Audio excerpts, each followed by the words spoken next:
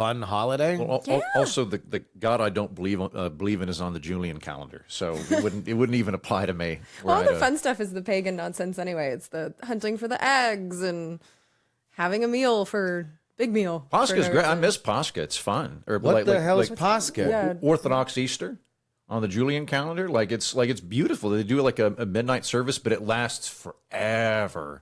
Like it starts at like 10 p.m. and it ends at like 1 a.m. or 2 a.m. This is the night before or the night of? Yeah, it'd be like Saturday night or Sunday night? It'd be Saturday night, because under Jewish law and therefore under Eastern Orthodox law, the day begins at sunset. So Easter actually starts at sunset of Saturday night. But why would Jewish law have anything to do with a Jesus holiday? It's a really old church. They keep a lot of that Jewish stuff, and so but I like it's a beautiful service, but again, it lasts like 4 or 5 hours, and so unless you're super into it, eventually you tap out. Yeah, we've taken the religion out of Easter, and it's just an excuse to have a big meal. And actually, this year, Joe and I played in a Easter volleyball tournament. It was our first twos. We've actually never played twos. Well, I've played twos once, and Joe's never played it, and we played it together for the first time, and we won a whole game. So we accomplished what we wanted. Well, that's nice. Yeah, we didn't get our asses handed to us, so we were happy with how we played. But there was a Easter egg hunt, and prizes were given out, and then we had a big meal. It was a really fun thing. What is the traditional Easter meal for you guys? Ham? Ham. I've heard ham sides. I've heard prime rib. Yeah, prime rib is an Easter thing. But I think ham or lamb. Is lamb an Easter thing? I don't think so. I almost feel like that'd be creepy. Like you're eating the Lamb of God. Like it'd feel weird. They drink his blood every week. I know, right? and yet, it would feel odd to me. Yeah, and do a little bit of cannibalism. This is the body of Christ and all. But that's like getting a blood transfusion. You're getting a blood transfusion from Jesus before blood transfusions existed. So they did communion. Do you know that you can buy the communion wafers on Amazon? You get a ton of them for like $20. Where do you think that they get them? I don't know. I thought there was like a God's R Us. Like, I don't know. I thought it would just be like some separate operation. I didn't think it was like Jeff Bezos just making. Well, no, it's just, I mean, it's anybody can list stuff on Amazon. You can list anything you want on Amazon. Well, apparently Jesus wafers are on Amazon. I was amazed by this. So, yeah, that's where they get them. Or at least some of them. Do you want some? They don't taste great. Because I know what somebody's getting for her birthday. Yeah, they're not my favorite crackers. Kind of flavorless. Are there anyone's favorite crackers? I think that they're like special crackers. They're interesting crackers, but I don't think that they're everyday crackers. Dissolving crackers. Yeah. Have you guys had them? The communion wafers? I'm sure I've taken communion, yes. Yeah. No, Orthodox use leavened bread, so they don't have like the little wafer cracker things. Oh. Or unleavened bread, I think. I can't remember. It's bread. The Jewish one. Maybe. It's just like thick bread. Yeah. But it's bread as opposed to a cracker. That sounds better. It's pretty dry. Pretty dry. Again. But you drink with wine, so. Yeah. I've never drank the wine. The idea that they're passing it from person to person and like, oh, we're just going to take this little towel as if that gets the germs off. You never did communion? I've done communion, but I've never taken the wine. I don't know if you've done communion then. I don't know how Catholic law works, but you have to like is it? My first communion, I was 8. So I wasn't offered the wine, and that one counted. So I'm pretty sure the ones after too. Right. But yeah, just the chalice going to hundreds of people. They didn't offer you the wine at 8? They did not. Heathens. This is what happens when we turn further and further away from the true religions. You know, society just slowly falls apart. We're not feeding 8-year-olds wine. What's next? They use in the Orthodox Church, they got a spoon. So you cock your head back and they go, here you go. Now, were you plop it in your raised mouth. Orthodox, or is that something that you found later in life? I'm going to answer this in reverse order. You don't eat the communion like you're sucking peanut butter off a spoon. Okay. So are there germs? Almost certainly. One would assume that if you have that many spoons and that much, or that spoon and that many proximity to mouths, that there's going to be vapors and things, one would assume. But you're not like... You know what would solve this? Squirt gun. Squirt gun would be great. Awesome. Hey, yeah, I think that'd be a great one of them idea. super soakers with the backpacks. Although, to get really technical on this, remember, if you're Orthodox or you're Catholic, or technically even if you're Lutheran, it is literally the body and blood of Christ. It's not symbolic. Yes. Yeah. So you couldn't do it with a squirt. Like, they have to be really careful about it. Like when they clean out the the communion bowls, like it has to go into a special sink that goes under the church because like it is consecrated going into, like you can't just put it down the toilet because those are pieces of Christ, right? Yeah. So the squirt gun's awesome, points for that, but you'd have to do it in like a Methodist church or something where it's purely symbolic. Yeah, I converted when I was in high school. I got into it back then. Yeah. Yeah, I was raised very tepid, lukewarm Presbyterian. I'm pretty sure that my parents were like, well, Dad makes enough money to be either an Episcopalian or a Presbyterian, but we don't like long services, so we'll be Presbyterian. I think that was pretty much it. I think that was the logic that went into it. So that was your high school rebellion, was I'm Yes. converting to Eastern Orthodox? That was it. That was the high school rebellion. God, it says God, so what much. a horrible It one in says retrospect. so much. Yeah, I was going to like monasteries and shit when I could have been banging. I know. I do like I got a lot out of that. It was a pleasant experience in my life, but man, I wish I'd found some more fun Vince. It wasn't finger fucking or petty theft. Exactly, No, it was exactly. conversion to Yeah, Eastern it was Orthodox. Contemplating priesthood was my rebellion. You're cute.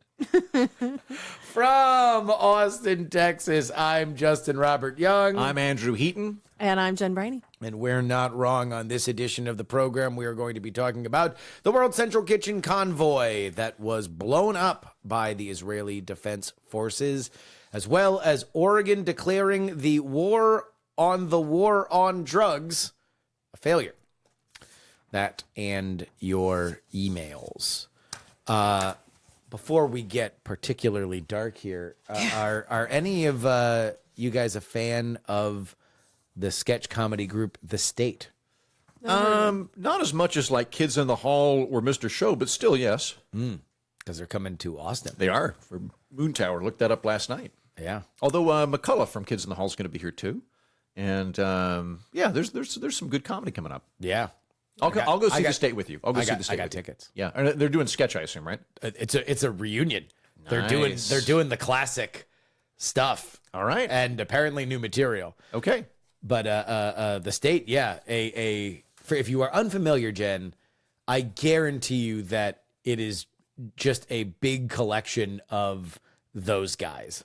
Like, if any comedy show has gone more than 3 seasons, they have had, at the very least, a guest appearance by somebody from The State. Okay. But yeah, very, very formative sketch comedy group of my youth. So I'm very excited to see them. These tickets that you mentioned, did you get them for us? I Is that got why three, you mentioned I got it? 3 tickets. I would go. Well, you said you didn't know them. I which is don't. why So that's the thing. I don't want which it is why wasted on I me. asked the question. I asked that question first. Yeah. If you had said, yes, I love The State, I would have said, well, all right, I need to get one more ticket because I got 3 and I offered one to Brian and then realized, Gotcha. shit, I can't, it's on a Wednesday. So it's like, I can't be talking about how excited I am to go to The State and then not invite one or both of you. So if you want to go, I will get another ticket. Because it was a block of 4 and I bought 3. So there should be one little ticket. It's in April, not May, right? It is in April. Yeah, I'd love to go. I mean, it'd be fun. Okay. I'd be down. All right. I'll see if I can get another ticket. All right, cool. Thanks. Let's talk about Gaza. 7 aid workers from World Central Kitchen were killed in Gaza during attack by the Israeli Defense Forces, prompting World Central Kitchen to pause operations in the region. The organization's CEO, Aaron Gore, condemned the attacks as an affront to humanitarian aid, emphasizing the critical role of food assistance in conflict zones. The victims included nationals from Australia, Poland, Britain, Palestine, and a dual American-Canadian citizen. President Joe Biden and other U.S. officials expressed their grief and called for the protection of humanitarian workers. Israeli Prime Minister Benjamin Netanyahu expressed regret and committed to an investigation. World Central Kitchen has been vital in Gaza, serving over 33 million meals amidst the conflict. Despite coordination with the IDF, the convoy was struck, leading to international calls for accountability and a reassessment of aid delivery in conflict zones. The incident has sparked widespread condemnation and a renewed focus on safety of NGOs in conflict areas in general and Gaza in specific. World leaders and international organizations have demanded a thorough investigation, and the IDF has pledged a transparent review. U.S. Secretary of State Antony Blinken emphasized the need for a swift and thorough investigation. Jen, you volunteered for World Central Kitchen during the beginnings of the Ukrainian incursion by Russia. What are your thoughts?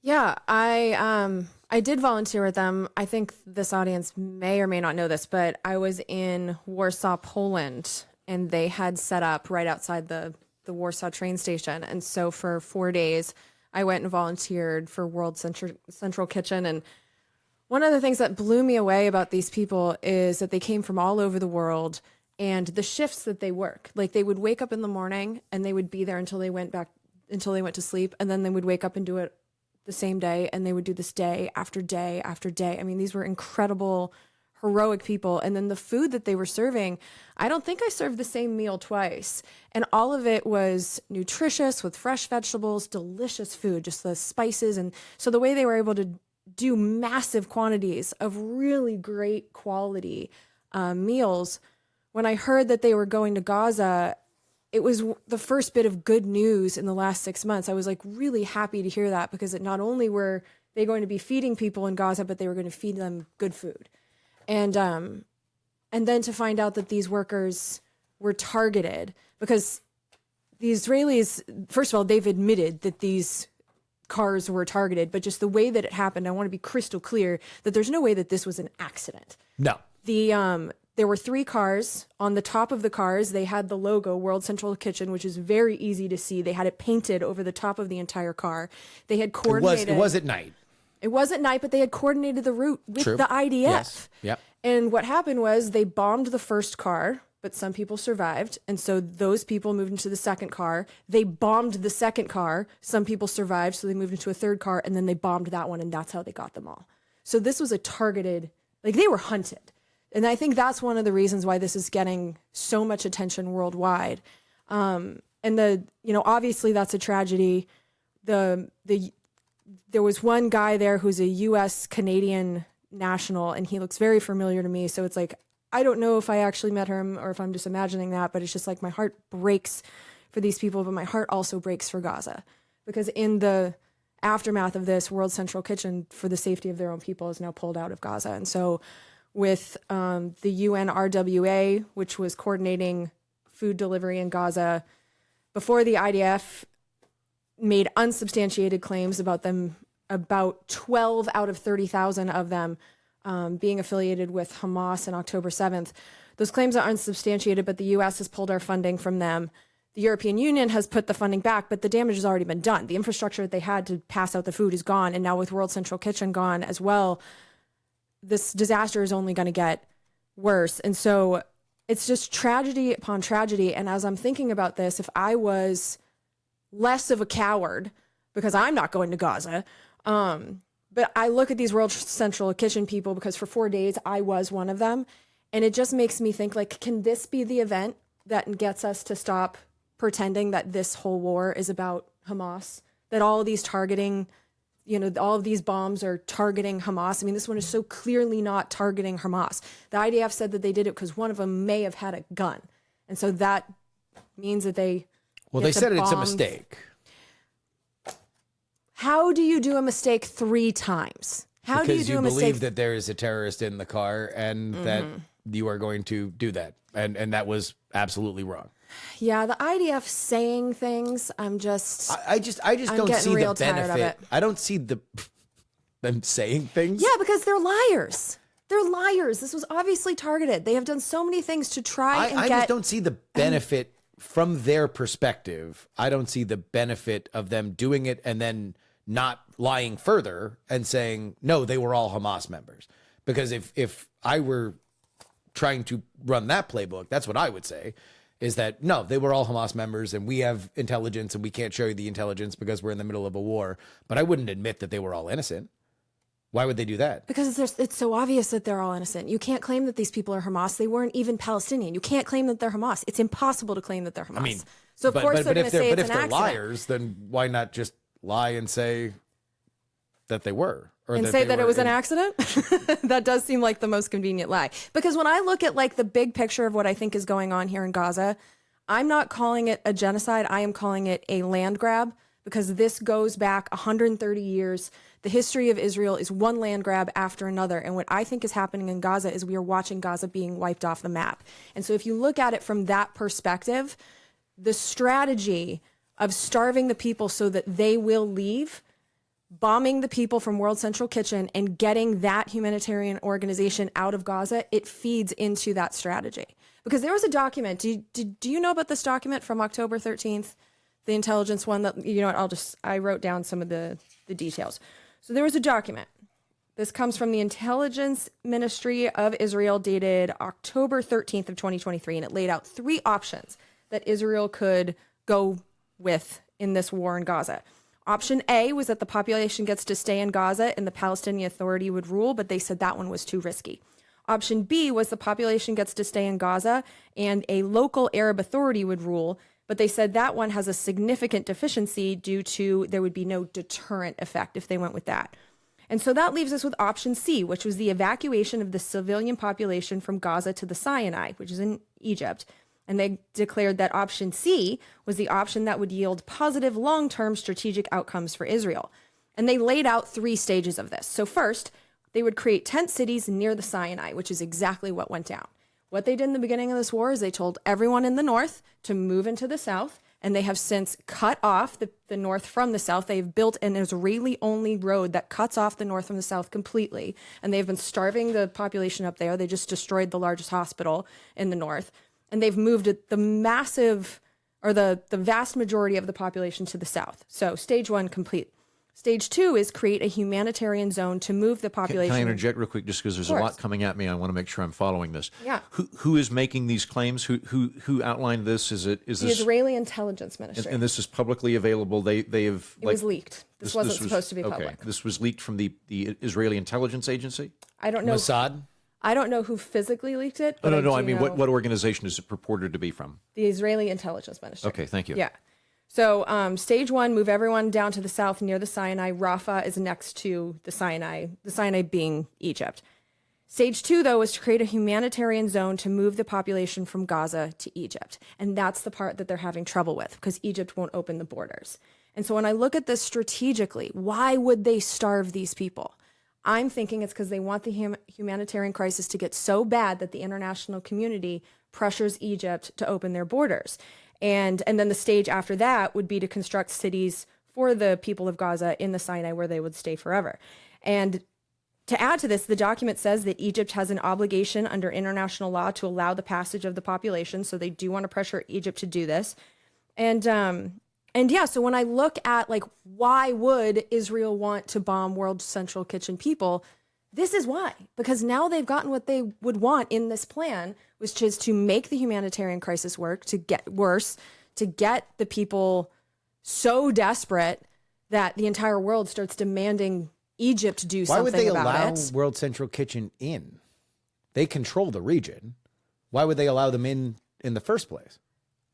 I mean, if they're trying to starve the people. Well, the World Central Kitchen was coming in through the south, so they weren't even where they really need the food is the north, but and they weren't allowed into the north. The IDF. Yeah, and they did coordinate with the IDF. So they did. So like there was a complicity, and the IDF bombed them.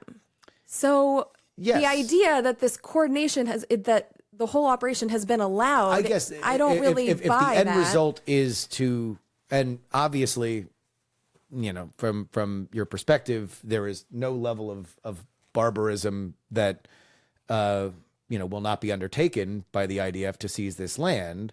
It's not my perspective. I've been watching it. Yes, that would be a perspective.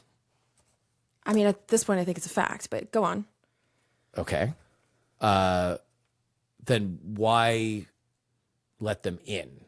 I guess would be my, if I'm operating from the maximum land grab perspective and I want to make this the ugliest that it possibly can, then why take on the culpability of bombing them and then admitting that we bombed innocents? Well, I do think that this is where the United States sort of pressure comes in, because the one thing that Biden has said in return for all of the bombs and the now jets that we're sending them and the support that we're still giving them in the UN, they've been saying you need to allow humanitarian aid into Gaza. So they let them in, but then they bomb them, and the World Central Kitchen leaves voluntarily. So that's why I think and also, again, they didn't let them into where the food is most desperately needed. They didn't let them into the north of Gaza, which is where I think the real land grab is happening right now.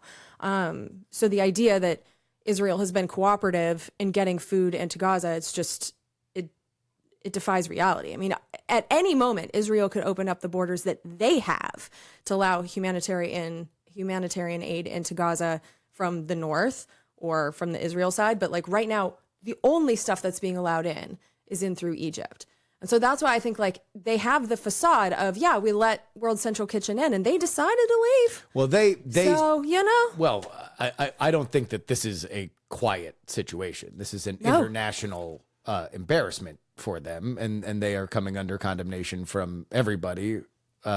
Which has done fuck all of good since this started. I mean, we've had UN resolutions now that the U.S. hasn't vetoed, demanding the hostages be released and an immediate ceasefire. That is being completely ignored. So it's like... Well, they don't have control over the hostages being released, and at least in Hamas's control. But you know what? The idea that Israel even cares about the hostages, I mean, we have thousands of people marching in Tel Aviv because the hostages are in just as much danger as any other citizen of Gaza. I mean, if you are bombing all residential buildings, if you are taking... the tunnels and flooding them. By all reporting, it's Hamas who hasn't agreed to the hostage exchange because they want a permanent ceasefire. What Israel is saying is they want a 6 week. Yeah, they want an end to the war, and they want an end to the which I think is a fair demand. But to say we will release all of the hostages that for the war should end, the war should pause. end without any kind of surrender or turnover by Sinwar to the Israelis. What is being demanded is... By who? Okay, what's being demanded by Israel is that all the hostages get released immediately and that there will be a 6 week pause. And after that, they can go right back to their war. In exchange for... Why would anyone agree to that? Anywhere between 600 and 800 Palestinian prisoners. That is the sticking point as I've understood it. But well, what I've understood is that... I don't have quite the moral clarity on this that you seem to. But what I know is that Israel is not agreeing to anything more than a 6 week ceasefire. So it's like, why would one side give up all of their leverage just to go back to having their people slaughtered? So I do think it has to be a permanent ceasefire. By their people, do you mean Hamas or the Palestinians? The Palestinians. Because at this point, like, I don't buy that this is a war against Hamas. I think this is a war to destroy Gaza.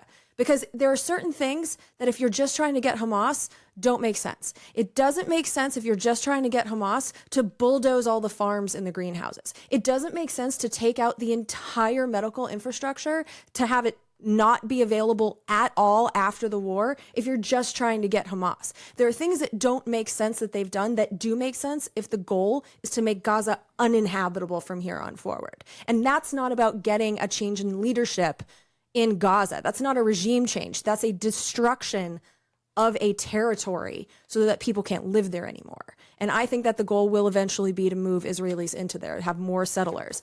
And this is also proven by what's happening in the West Bank. We tend to ignore the West Bank, but we've had over 400 Palestinians killed.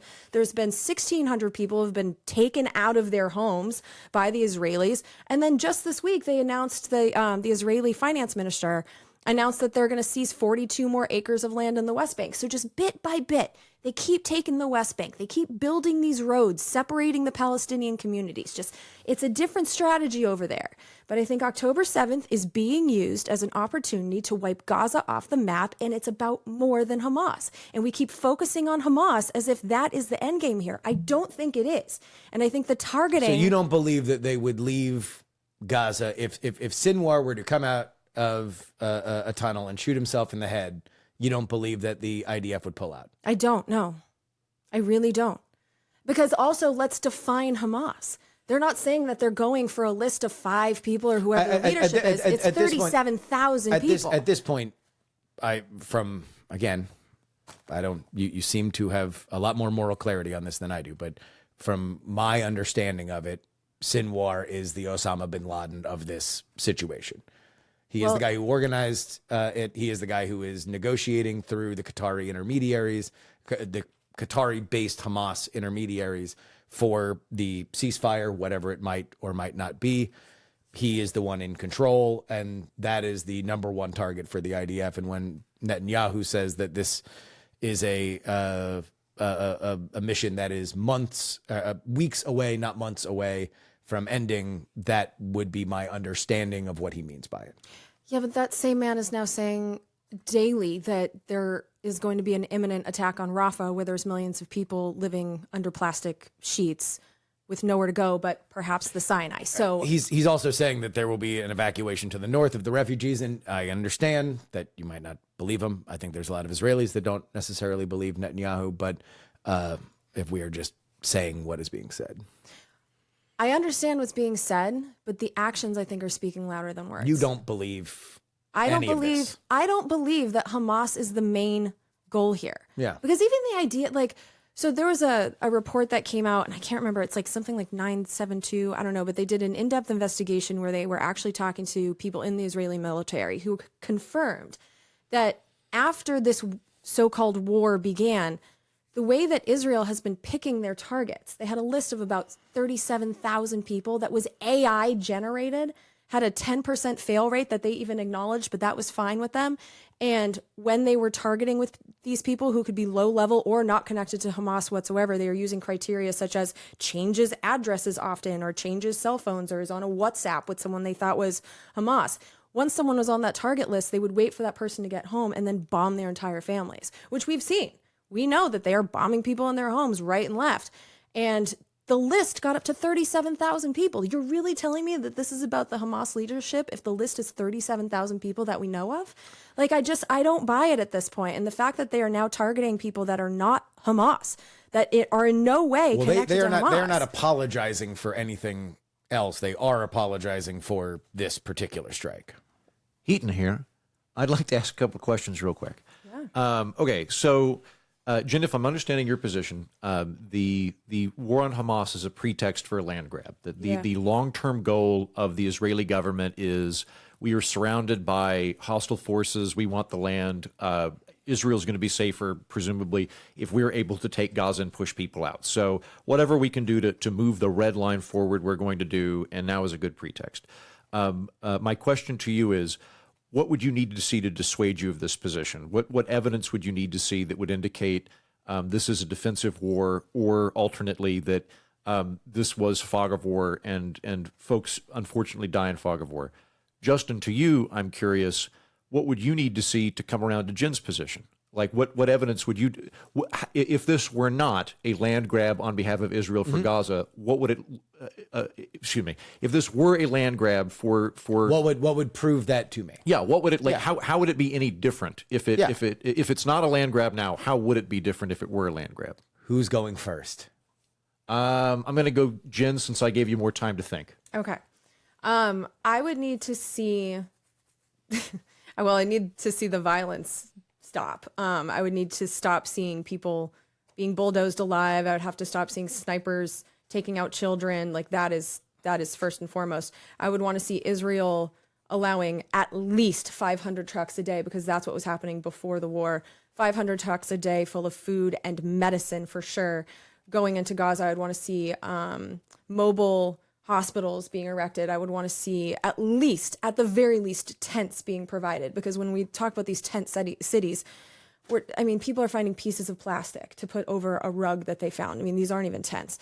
So I would need to see some kind of acknowledgement, action, not an acknowledgement, no more words. I would need to see some kind of action that shows me that the Israeli government gives a single fuck about the lives of the people in Palestine, and are not purposely trying to make them as miserable as possible.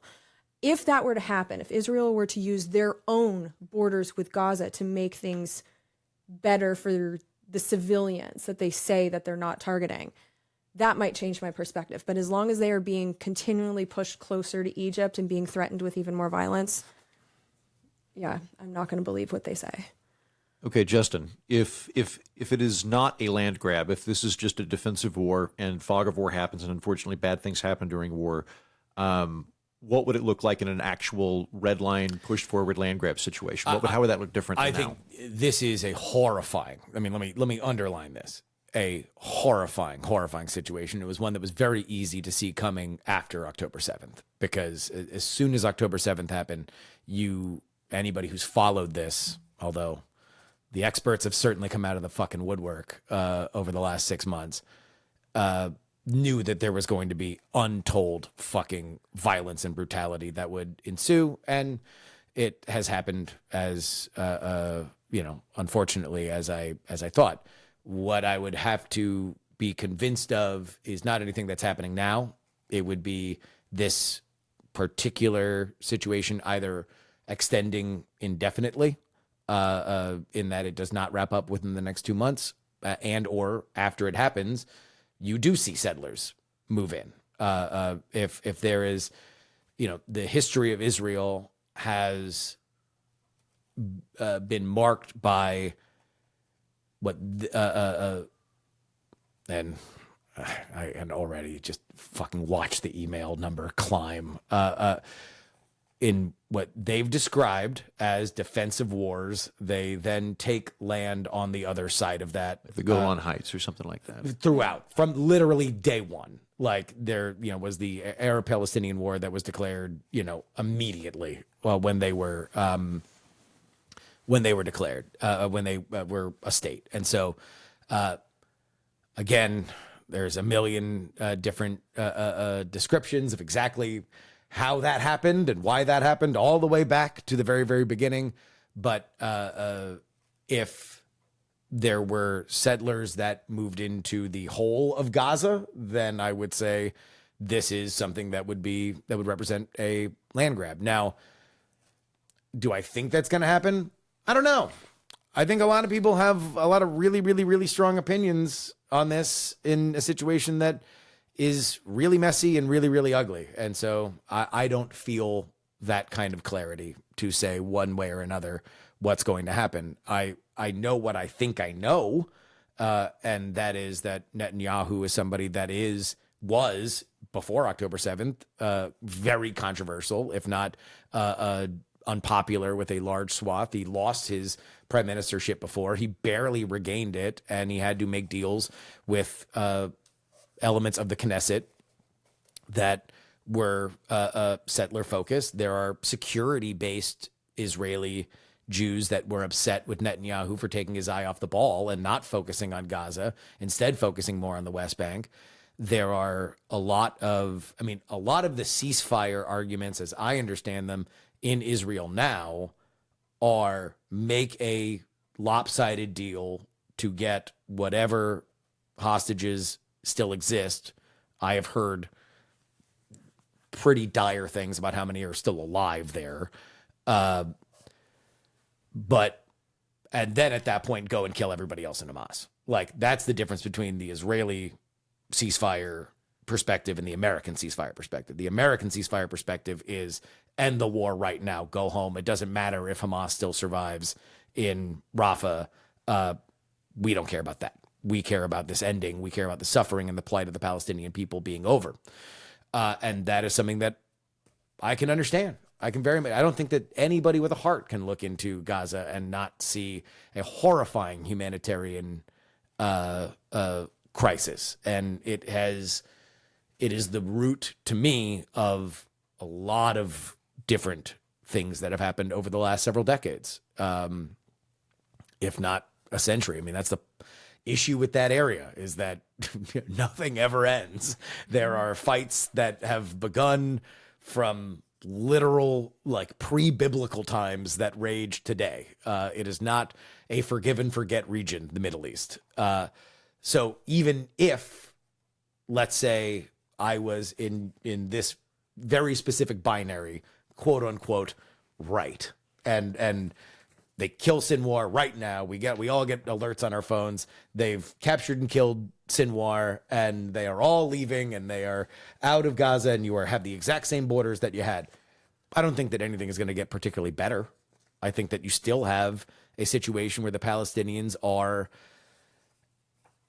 best used by the rest of the Arab world, including those that are on their side of the Sunni Shia Muslim divide, as sand in the gears of Israel. They are among the most pitiable people that exist on the planet, in that they are put between a rock and a hard place, and none of the Arab other countries even want to take them. The only people that fund, especially, Hamas, are the Qataris and the Iranians, and they're largely so they can blow up Israelis.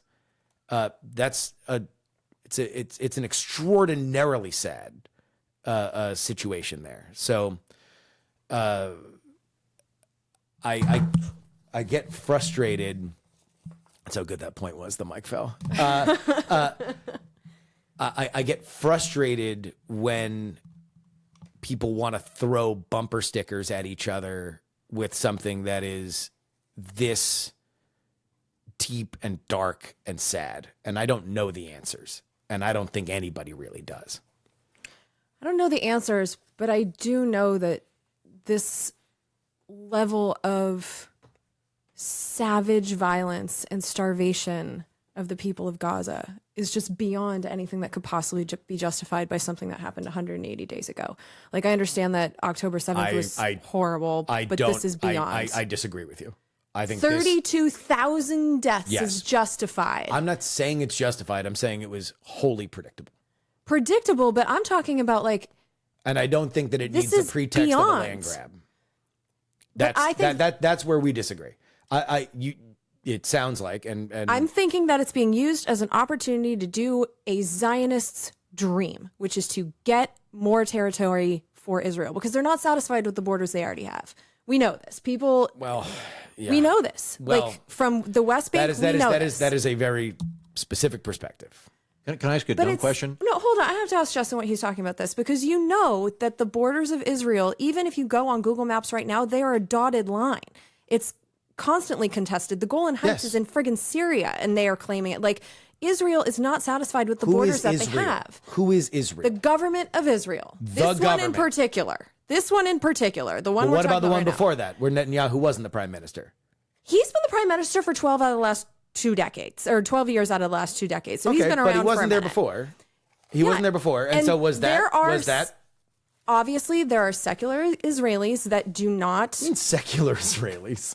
Oh my God. I don't know how to label this perfectly for you. I know that we have argued over the labels, but there are some Israelis that are fine with the borders, but there are plenty that are empowered right now that are trying to steal the land openly. They're not even hiding it in the West Bank. Not even hiding it. There are settler groups that actively believe that they should be eroding the borders. And they believe the exact same thing in Gaza. They are a minority in Israel. An empowered minority right now. They are an empowered minority. I would agree with you there. Okay.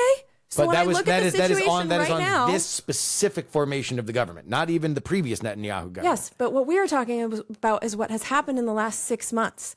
And I think October 7th, where you have these people who are empowered. Okay. And you look at the way that they are operating with the plans that were in writing and the way that it is just going according to their plans to move everyone to the South. And now they're going to bomb the South too. And they're starving everybody and not allowing medicine. And they're bombing hospitals, not just bombing hospitals. What they did in the last 2 weeks to Al-Shifa Hospital, setting those buildings on fire so it could never be used again. That is the heart and soul of the hospitals in Gaza. It's the biggest one that they have. And they burned it to the ground. There's nothing left except just the shells of the buildings. Which they say was a Hamas command center. Yeah, they say that. And yet after they invaded it the first time, they weren't able to prove this to any journalists. And so what they just did in the last 2 weeks, I don't understand how we can justify that. I don't understand how you can say that has to do with Hamas when the first time they invaded it, they theoretically took care of that still unproven command and control center that Hamas had in that hospital. Is it really necessary to take out every CT machine? Is it really necessary to burn down every building in that hospital if you're going for Hamas? So that's why I just think the goal here is just so obvious that it's bigger. Like, what could you possibly say is targeting Hamas in bulldozing all the farms? In bulldozing all the greenhouses? How is that targeting Hamas? It's just, at some point, we have to acknowledge that there's another goal here.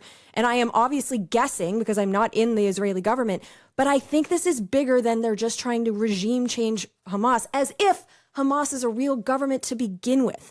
Like, this is not a country that controls its trade or its borders or its own security. Like, at best, Hamas is a prison gang that kind of runs things because they're the most violent, but they're not a real government to begin with. So even to talk about this as if you're changing leadership, I don't think that anybody's looking to change leadership of Hamas. Well, that is what they are saying this is. No, they're looking to eliminate a terrorist organization in Hamas. Yeah, by murdering every single last one of them, as if that's legal either or moral.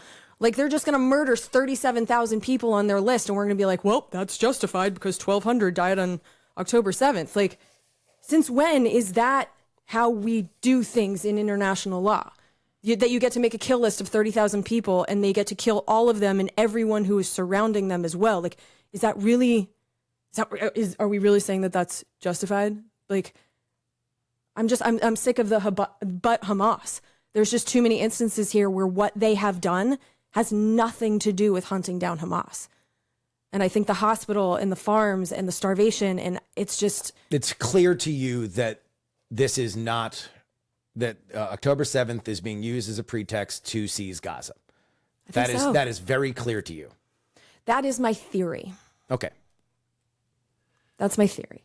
Is Netanyahu historically in favor of a two-state solution, or does he think it's not tenable? Well, right now, the answer is an unequivocal no. He has been a part of peace talks in the past, but okay. Because I see. This is it's one of those things where it's like literally any conversation about it is so fucking disputed throughout history that like to.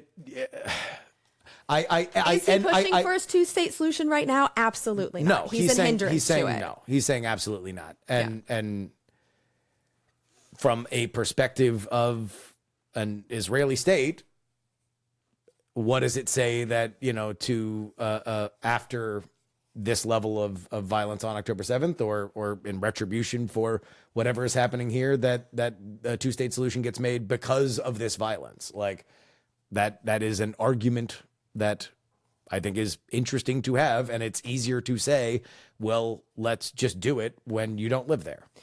I just don't understand how it is expected that the Palestinians should just accept the situation that they have, whether in the West Bank and having their homes bulldozed and having their communities shattered, or Gaza, which for decades now has been called an open air prison from what I can see, I think fairly.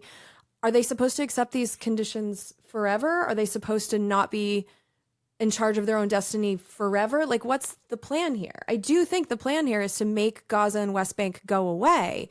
That is the cleanest thing for Israel, obviously. But I don't know what people are expecting. Like, even if you kill all 37,000 of the supposed Hamas members, the problem with Hamas is that they're violent, right? And that they want to kill Jewish people, that they want to kill Israelis. What is going to happen with these orphaned children in Gaza who just went through this horrific hell on earth? Like, do we think that they're not going to want to retaliate against Israel? Like, why do we... It's one of the things we learned in insurgencies in Iraq and Afghanistan, were that when you target people in Iraq and Afghanistan, the likelihood that the surviving family members will want vengeance and that you'll actually exacerbate the problem is multiplied. Exactly. So if the problem is... That's the Middle East. It's not, there's nothing different about people who are Middle Eastern than people who are like us. Like, they're people. I don't think it has to do with them being in the Middle East. I think it has to do with their families being wiped out in front of their eyes.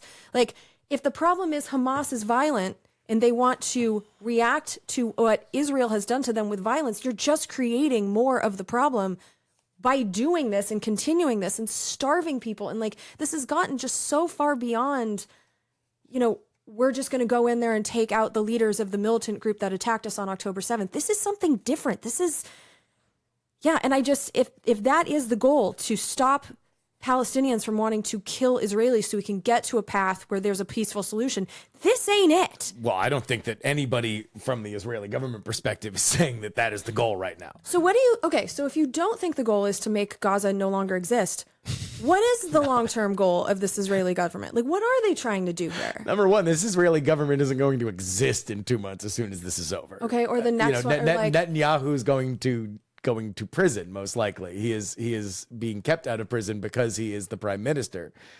He is deeply unpopular, and he's more unpopular now than he was before October 7th. So they have a Western-style parliamentary system.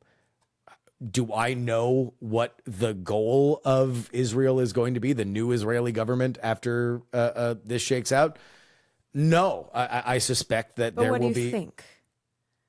Like, I said what I well, I gave my theory. What's your theory? What are they trying to do here? If it's, do you think that it really is? Are we asking about the future of counter theory? This is not my opinion. This is the alternate theory. So I was going to bring on, I mentioned this before, I was going to bring on, what's his name, Epstein, not the island, the lawyer.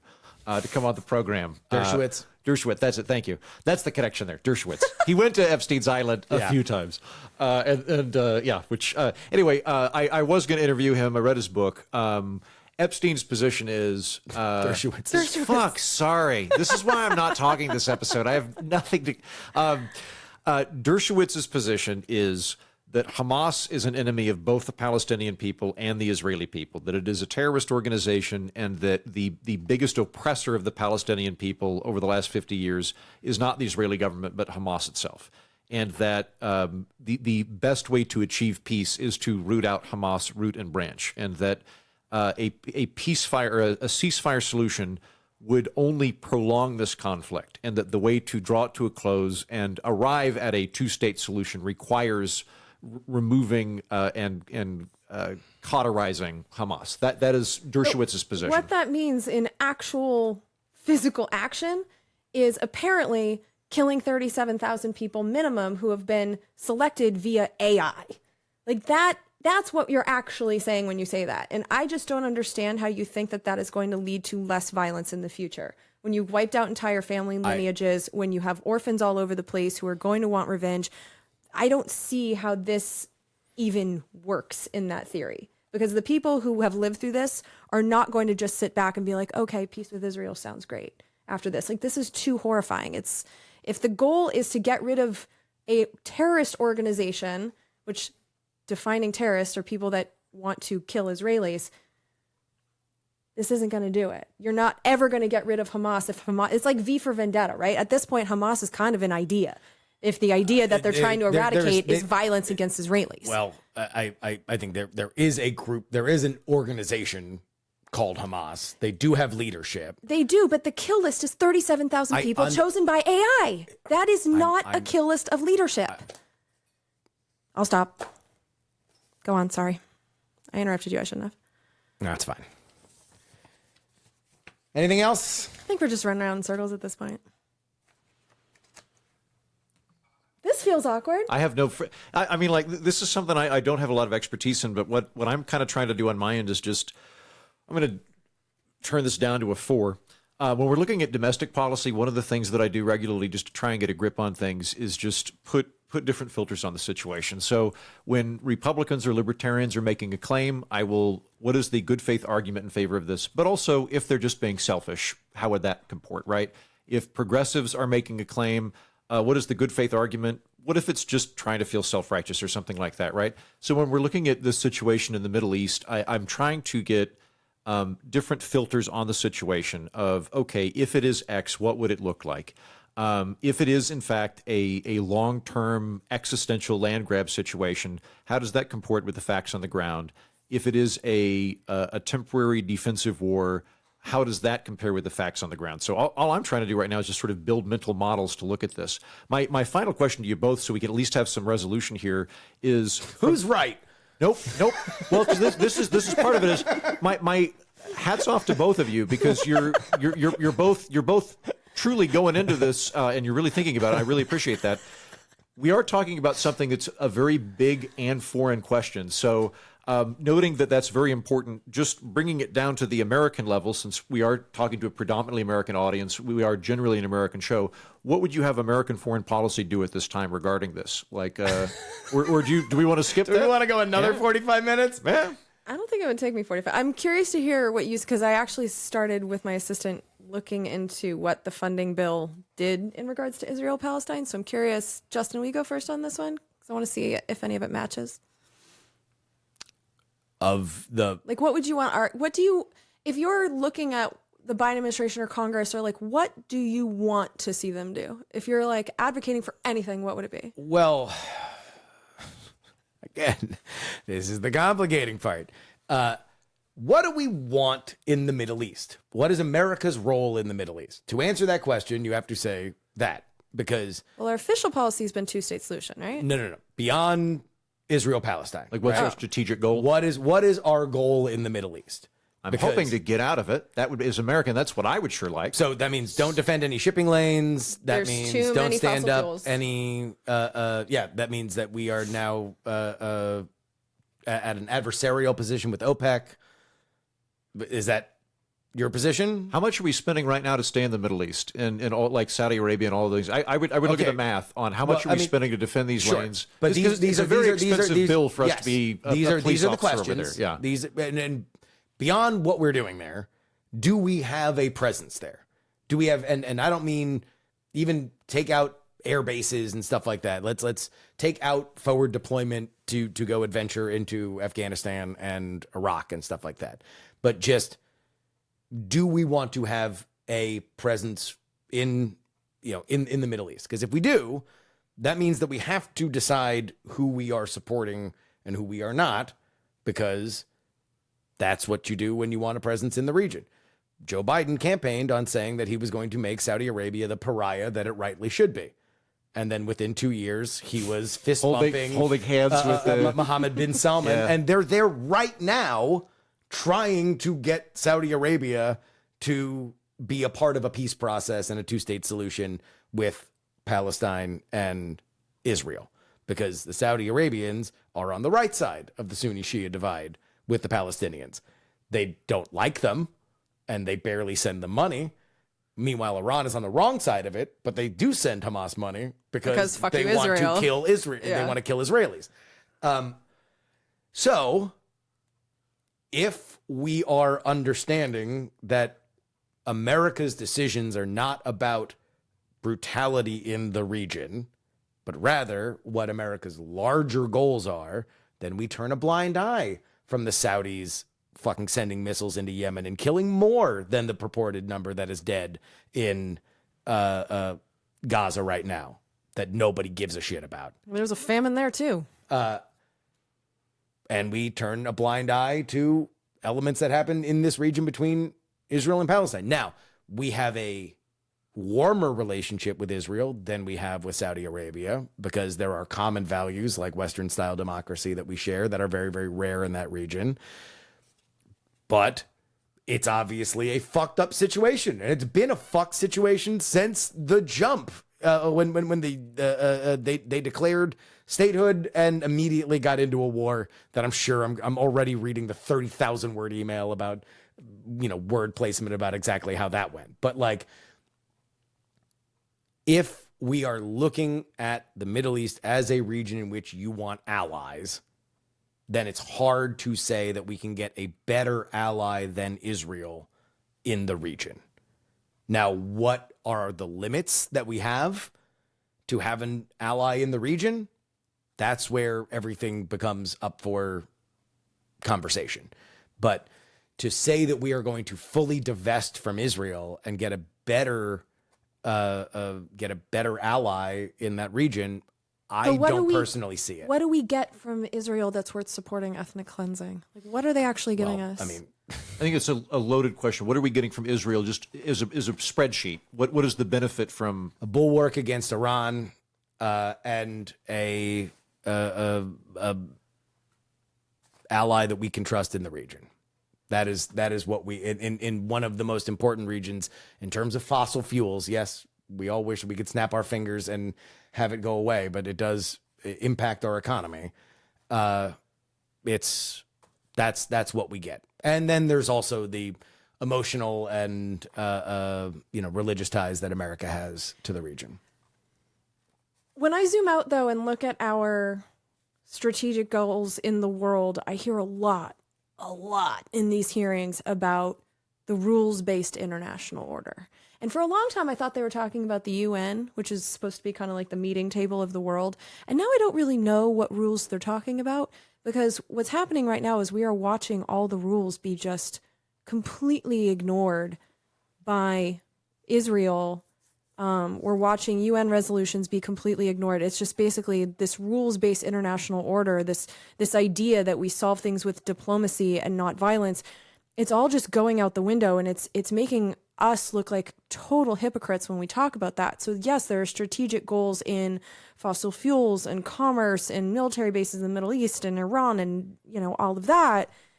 But if we're also trying to create a world that has these rules and has these meetings and has, when the world decides on something, like we will together either enforce it or, like diplomacy generally, like that is being destroyed right now. And that really disturbs me, because if Israel's able to behave like this, what other despots in the world are going to say, like, well, no, Saudi Arabia. Well, I mean, they're doing it. Yeah, it's happening. Oh, I'm now. not even disagreeing Yeah. with you. I'm like, yeah, I think there's a lot.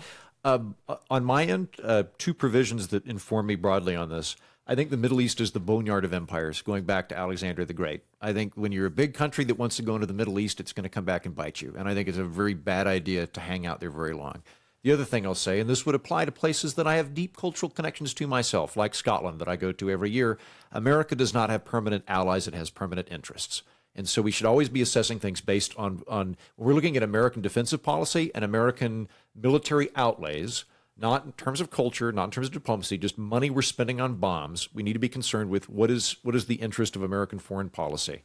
I look at the Middle Eastern situation, broadly speaking, I wish we were in a good, I would pursue a good neighbors policy as opposed to an international policeman policy or an ally policy.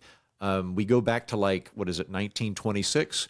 Russia and Japan are at war with each other, and they both jointly asked Teddy Roosevelt to mediate that dispute between them, which is crazy to me now. Like, I can't think of a situation where two countries would be in conflict and they'd go, you know who's like a really straight shooter broker character? That United States. You know, they're going to be a neutral arbiter. I would like us to be in that position where we are trusted enough that we could be a force for peace because we're not seen as having a vested interest in it.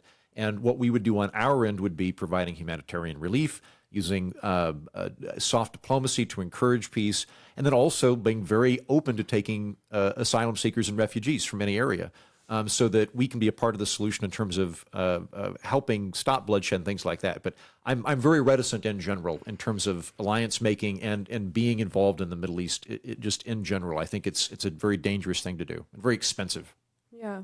And as for what I want to see Palestinians have some land that is their own. I think the idea that, you know, these other Arab countries should just take them in. Well, first of all, that's exactly what the Zionists have been saying forever. But the fact is that the Palestinians don't want to leave. Like, this is their home. They shouldn't have to leave. Right now, Israel has what they said they wanted. They have a Jewish state where the culture and religion is celebrated, and where anyone who is Jewish anywhere in the world can go and be safe. They have what they want. Like, why can't they be satisfied with the borders that they have? And the idea that Israelis, all Israelis. Yes. Right now, they should be satisfied with the borders that they have. They. Yes. The Israelis. Yes. Okay. The people of Israel, Gotcha. Every single one of them. Every single Israeli. Yes, should be happy that they have a country, and they should allow Palestine to have a country. Since 1948, it has always been, when Israel was created, it says in the UN resolution, there will be a Jewish state and there will be an Arab state. Israel has a right to exist and does. Palestine has a right to exist and doesn't. And I want to see Palestine be allowed to exist, and not in a way where Israel controls their trade and their borders, and they're allowed to have no security whatsoever, and that they have no share of the vast fossil fuel wealth off of Gaza's shores. Like, not in a way where Israel controls them, but where Palestine is a neighboring state in the same way that Jordan and Lebanon and Syria and Egypt are. That is what our United States policy has been for decades, that we want to have a Palestinian state. And I would like to see my own government actually take steps to make that a reality. Patreon.com/where-not-wrong is where you need to go if you want to support this show. This week, we'll be talking about killing yourself, which is something I want to do currently. Patreon.com/where-not-wrong. Oregon's pioneering efforts to decriminalize hard drugs has taken a significant turn. 3 years after enacting one of the most ambitious drug policy reforms in the United States, aimed at replacing punishment with treatment, the state has reintroduced criminal penalties for drug possession. The shift comes in the wake of rising overdose deaths and widespread disorder, particularly in Portland, prompting Governor Tina Kotek to sign a law reversing a key component of the 2020 Measures 110. The decision has garnered support from various public officials, including Portland Mayor Ted Wheeler, who has witnessed the city's struggle with homelessness, violence, and drug crises. The new law allows for up to 180 days in jail for possessing small amounts of drugs like fentanyl and methamphetamines, but includes provisions for treatment alternatives. Mayor Wheeler emphasized that the return to criminal penalties is not a revival of the war on drugs, but a necessary move to restore order and build a comprehensive behavioral health infrastructure. He acknowledged the initial optimism for Measure 110, but pointed out its flawed implementation, noting the premature decriminalization before establishing adequate treatment services. Wheeler's current focus is on enhancing public safety and expanding treatment and support services. Despite the setbacks, he remains optimistic about Portland's future, citing improvements in the city's condition and the establishment of new shelter beds. However, he also acknowledges the public safety's concern about reflecting the broader challenges of addressing homelessness, mental health, and addiction. Wheeler suggests that future attempts at drug decriminalization must prioritize the development of treatment infrastructure to avoid past mistakes. Heaton, you got something to say about this one? I do, yes. The whole drug policy position that we're seeing, particularly on the West Coast, makes me somewhat uncomfortable here over the last couple of years. When we went out to San Francisco last year and we did a live show, it kind of freaked me out seeing how many people were. Do we want to take a break for a minute? Okay. It freaked me out like. No, all right, we're stopping. Sorry. Let's take a breather. Okay. We took a break. We're back. But at what cost? I was just saying, like, I feel like a coward. Why do you feel like a coward? I feel like Because you're pretty head first on this, Jen. Yeah. I mean, I know how I feel about it, but I'm absolutely terrified to say these things. I'm ashamed. Like, this World Central Kitchen thing has hit pretty close to home because. Understood. But I'm too big of a coward to actually do what these people did, and the fact that they lost their lives over it, and just the fact that other people that do what we do have been talking about this daily now for 6 months and have somehow not lost their minds, and I feel like I am just. I think if you're talking about fucking Brianna mess. Joy Gray, her Twitter might say that she has lost her mind. I don't think she has. I don't think Crystal Ball has lost her mind. I mean, there are people that are doing such a good job and pointing, just talking about it. Jeremy Scahill and Murtaza Hussein, and just people have done really good work on this, and these journalists that are actually going there, and I'm terrified to talk about it on our little show.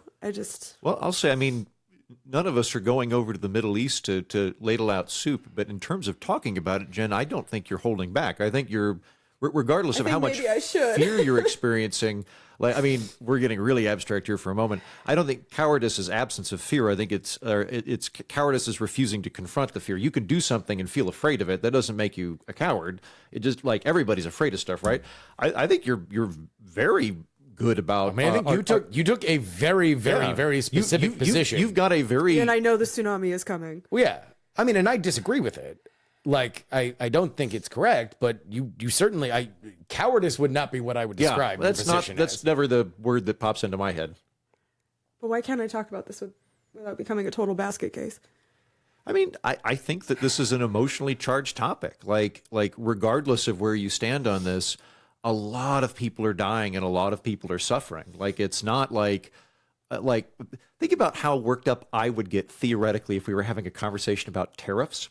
You know, like, okay, like, it's going to make things cost more, but it's a somewhat abstract financial concept, right? Like, this is a situation where, like, really, really bad things are actively happening regardless of why we think they're happening, and terrible things might continue to happen. So I think it makes total sense that you would get emotionally worked up over this topic. Yeah, I guess. I'm sorry, guys.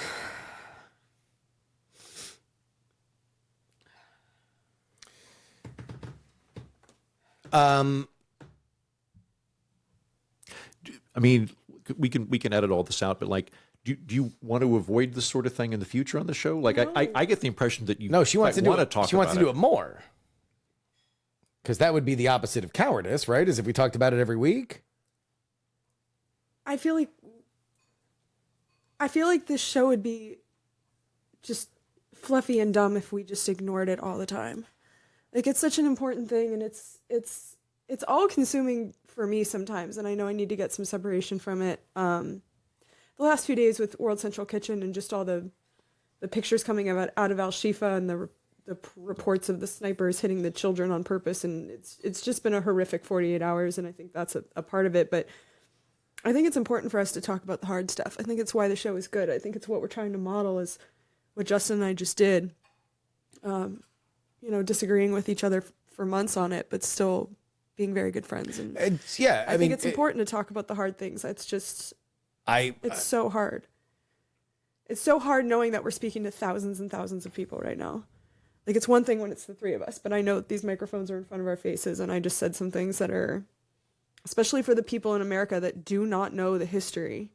Don't say that. That's where you get yourself in trouble. They don't. I didn't. I'm speaking from my own experience here. I didn't know. Okay, but I didn't know. When you say capital T, capital H history, that is fucking pages and pages and pages of fights about what the history is. Exactly. And exactly. This has been my fucking email inbox for months. So yeah, for you to say people don't know the history, no, they might know a history that is different than the one that you have espoused. Okay. They know a version of history, the same version of history that I was taught. No. Where one side is always the victim. Not necessarily. Well, I was taught that one side is terrorists. Okay. And one side is victim. That's what I was taught. Okay. And then I learned. And that's your experience. Yes. Okay. That was my experience. But that doesn't mean that everybody believes I didn't say that, but I said that there is a significant portion of people in this country that was not taught the stuff that I wasn't taught. Okay. And they get very pissed at me when I refer to things that they don't know how. Sometimes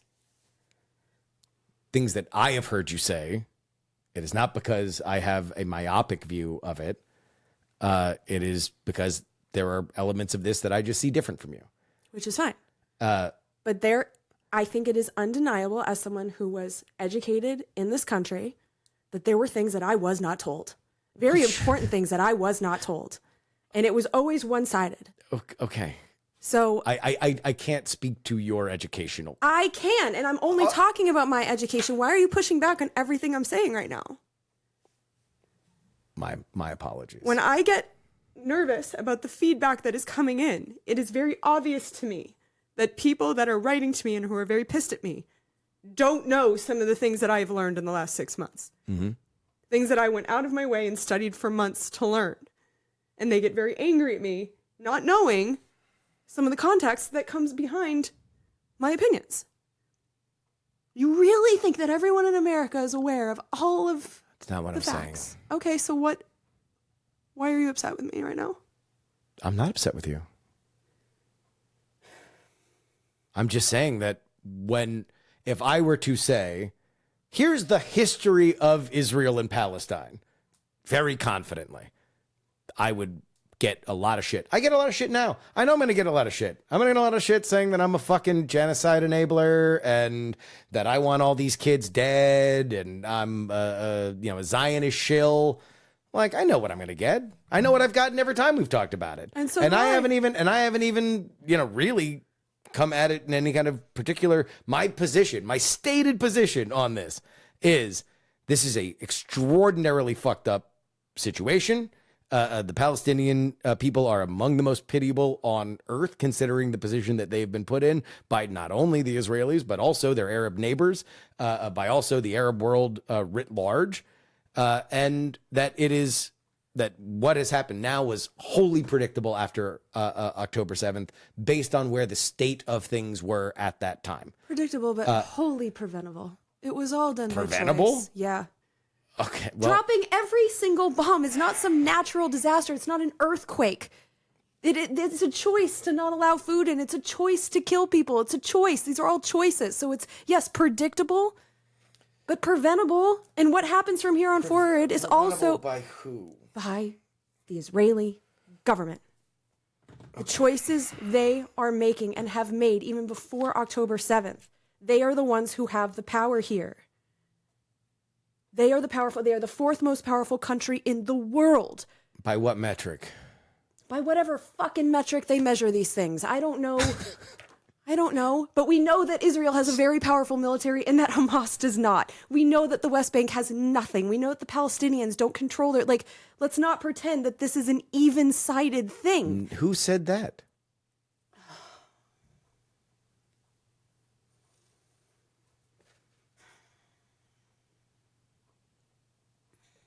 Israel has the choice to allow food into the country. Israel has made the choice to bomb the shit out of residential housing. Israel has made the choice to allow their soldiers to blow up buildings that are empty. Israel has the choice to bulldoze the farms and the greenhouses and the humans. Israel has the choice to open their borders to allow food and medicine in. Israel has the power here. Here's the problem, is that even if I say things that are counterfactual to what you've said, the answer is they're lying. What's the counterfactual to what I've said? So it's like, it's not worth it to have a conversation. Okay. So I'm just unreasonable, so you're not I'm even not gonna saying say that. I'm just saying, I don't disagree. I don't find the Israeli, the IDF particularly credible. I don't find fucking Hamas particularly credible either, but I am not in a position where I believe that the Israelis are doing everything right. I think that they are that the IDF, which is a mandatory, compulsory force, which means that you are not scouting people out to say that you're not allowed to be in there. Everybody has to be in, right? So compulsory armies tend to have more fucked up shit happen with them than volunteer armies. So bake that in. Let's say that there's going to be X amount of absolutely horrifying atrocities that are going to come just from that, right? Then let's get into the war element, for which, from my perspective, I don't trust anybody in the middle of a war. I don't trust any side to tell us the truth. I have serious questions about what the IDF says. I have serious questions about the Gaza Health Ministry. Exactly. So this is why I'm not counting on what anyone says. I'm watching the actions. The actions are speaking to me. Yeah. So let's look at the actions. If we want to, and the balance of fine. power. Like the actions and the balance of power here. Like to say that this was predictable, sure, because Israel has a history of unconscionable violence. So like, yeah, it's predictable, but that violence is a choice and it's continuing. That's not what I meant by it. So then what did you mean by it? Well, they are, again, if the premise of your argument is that October 7th was a welcome justification not welcomed. I didn't say that anyone was asking for October 7th. That is not a word I've ever used. A convenient justification. Would that be safe?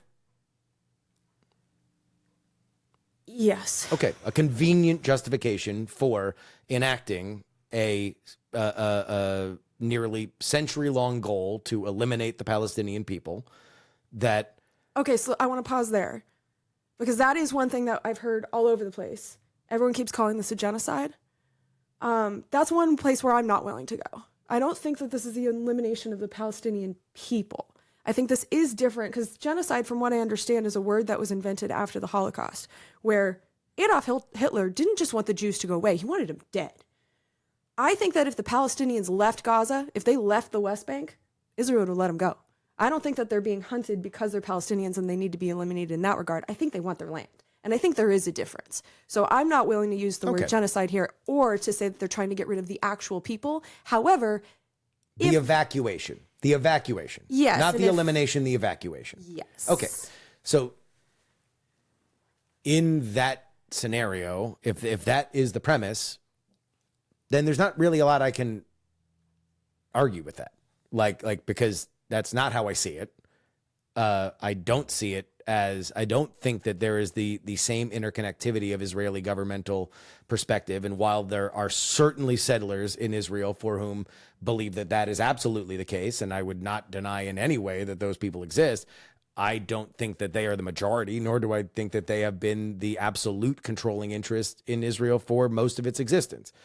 So if we have a fundamental misunderstanding or a disagreement on that, then nothing I say is not because you're being unreasonable, but just because you've got a different view on it, is going to be counterfactual to your point. But you asked me the question, so I'm going to throw it back at you. Do you think that if the Hamas leaders all shot themselves in the head today, that it would be over tomorrow? The current military incursion? Yes. You do? Yes. Okay, yeah, I don't. So yeah, that's a pretty fundamental disagreement there. And I would base that on the history of the modern incursions over the last 30 years. Now, granted, this is by far the biggest, but also October 7th was the biggest terrorist attack inside of Israel. So proportionality is obviously a situation for which, while I have questions about the Gaza Health Ministry, I certainly think that it is directionally correct that there are tens of thousands of people dead. I don't know if it's the exact number that they've said, but still, I don't think that you can view the pictures and videos that are coming out of there without understanding that there's been a tremendous loss of human life, and there is a humanitarian crisis that continues to this day, and will get worse because there are not a lot of people that are looking out for the Palestinians on the ground, up to and including Hamas, which does still run elements of Gaza as a gang. And so for me, it gets back into, this is an extraordinarily fucked up situation. And I don't see the same. I don't see it the same from your perspective that this is an evacuation of the Palestinian people. But at the same time, I don't feel so strongly that I'm going to condemn you for that perspective. Well, I mean, I think you're right in that only time's going to tell. Like, if they're building condo buildings in North Gaza a year from now, then we're going to know. So time's going to tell us whether or not my theory is correct or not. I mean, we'll find out. Yeah. I hope I'm wrong. I have questions. I mean, I hope I'm wrong. Let me just tell my hope. I hope I'm wrong. I'm hope that when this is over, that they'll be allowed to have construction materials, which they haven't for the last decade. But I'm hoping that they'll be allowed to rebuild their homes and their hospitals and their schools and their farms and their greenhouses and their, mosques and everything else that was destroyed. I hope that Gaza is allowed to be Palestinian. I just don't think so. When you talk about like predictability, I don't predict that's going to happen. Something very weird is happening on my foot. What happened? Like a weird cramp. I can't move my 3 toes. Like these two. Do you see how they're stuck together? My grandfather had nerve damage in his feet. So I'm like, I know. Is this a sign of me getting really old? Or the argument got so vociferous that your feet are locking up. Yeah, my body is just rejecting the whole I get when I get experience. into arguments, my mouth gets super super dry, and my heart rate goes up really high. I am. We probably all have very similar hopes in terms of what happens. Hey, Heaton, define a woman. I will say we could tackle that in a minute.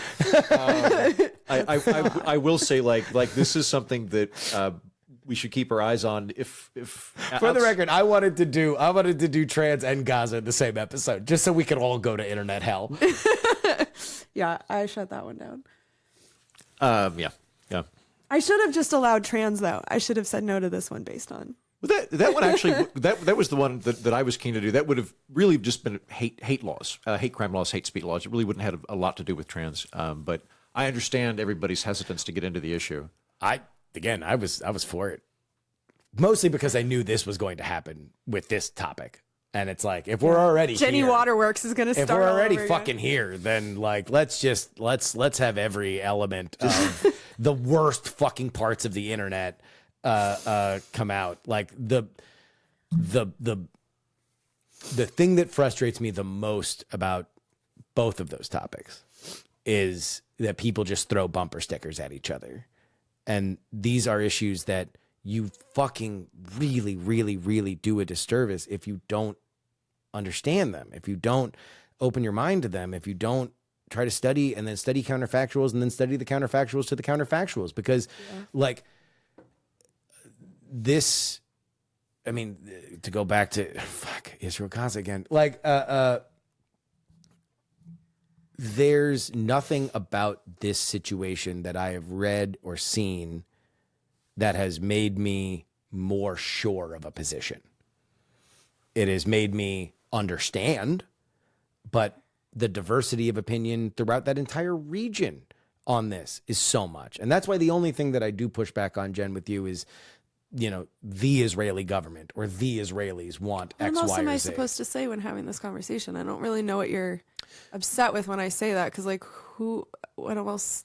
There's Israel and there's Palestine. Like, what else am I supposed to say? There's a lot of different points of view within both, and to understand it as can you, because I'm a bit lost in this bit of different disagreement between you. Yeah.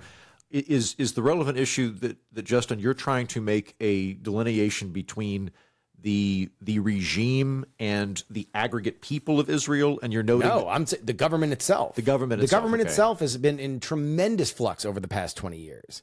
But the last 6 months, there's been no change in leadership. Yeah, because they're at war. Yeah, exactly. You don't usually change leaders in the middle of war. When I say that the Israelis are doing something in the last 6 months, like, I think it's pretty obvious who I'm talking about. Yes, in terms of post-October 7th, but specifically this came up when we were talking about pre-October 7th and what the Israelis want, specifically the expansion of land. Well, some Israelis fucking protest that. Like, yes, yeah. Exactly. And so that's all I was pushing against. If you don't have a strong position on that, then we don't really have much. Oh no, I agree with you completely. I am. Okay. Well, then I've been reading Israeli media, and even it's been. We did it, gang. We did it. It's been fascinating to read the debates that are happening in Israel. I mean, there's so much. Yeah.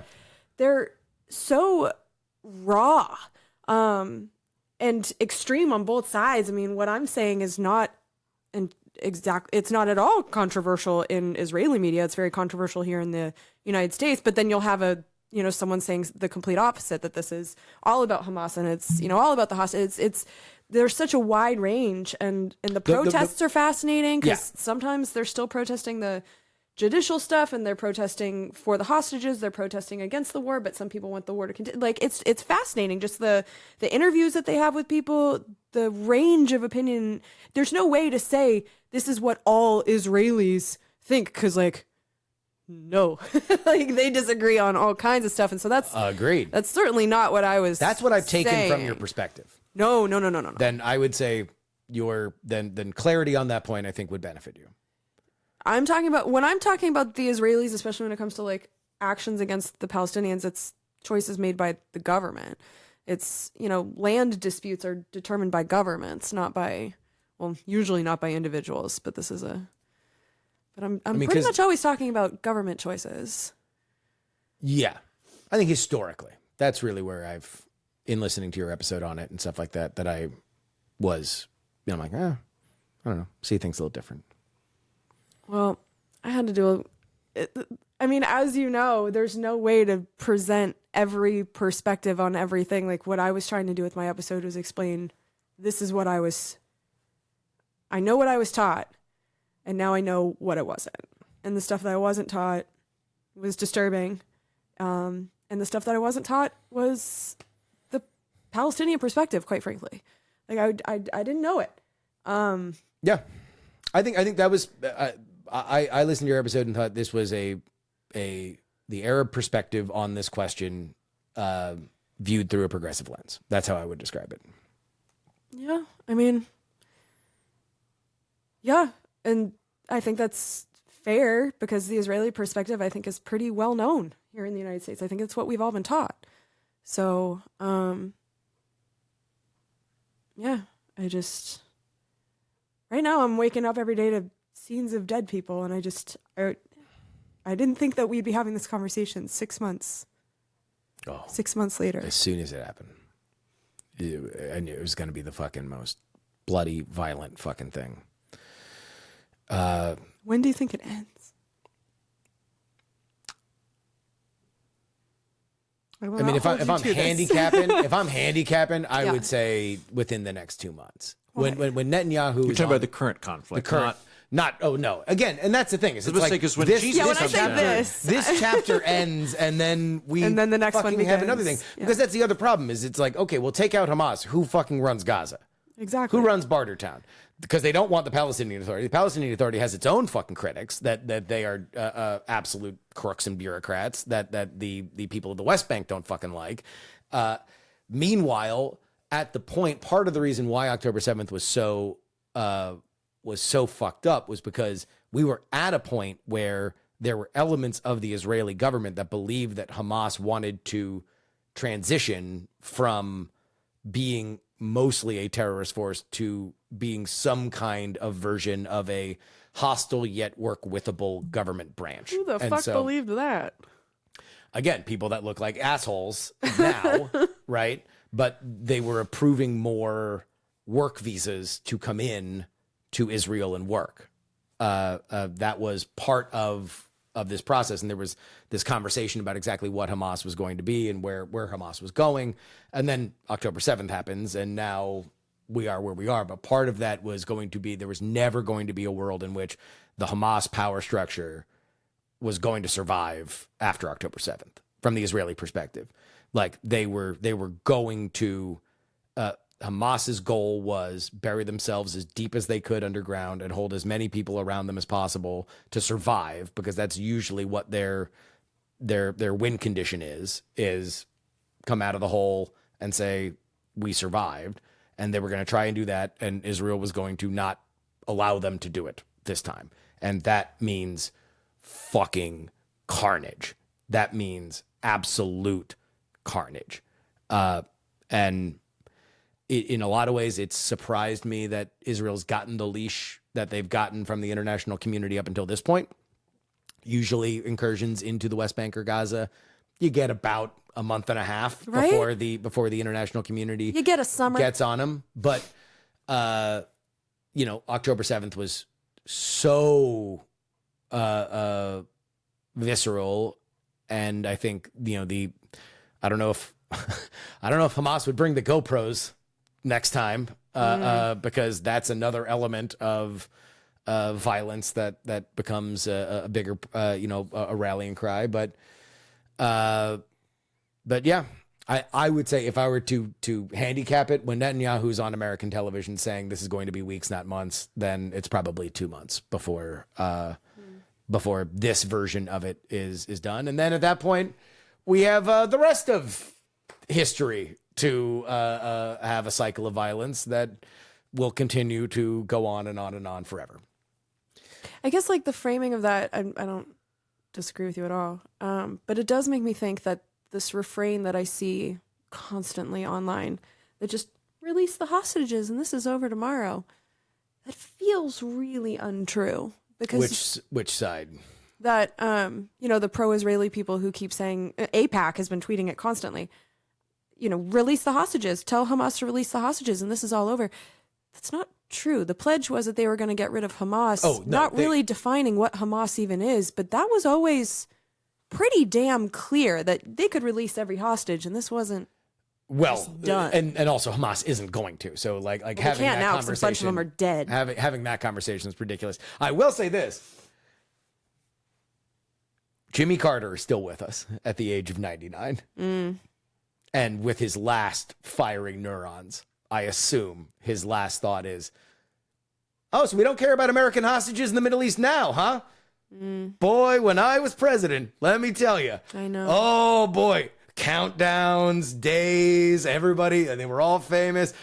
Cost me pretty big having American hostages in the Middle East. Now, I guess, no, just 8 of them. We can just, whatever. There's just 8 American hostages in a basement in fucking Rafah. I'm like, oh, well, okay. Oh, and the hell that they're going through. I mean, everything that the people of Gaza are going through without the camaraderie of the community. Like, to be those hostages and to not have that sense of at least we're in this together, like to be in enemy territory, like I can't imagine what they're going through and to feel so abandoned. On top of what they saw when they got captured. Oh, yeah. And then it's been 180 days of hell since then, with clearly your government not caring about your health and safety. I can't imagine what it's like to be those people right now.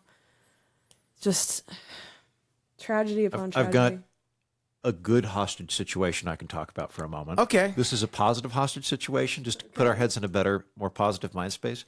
When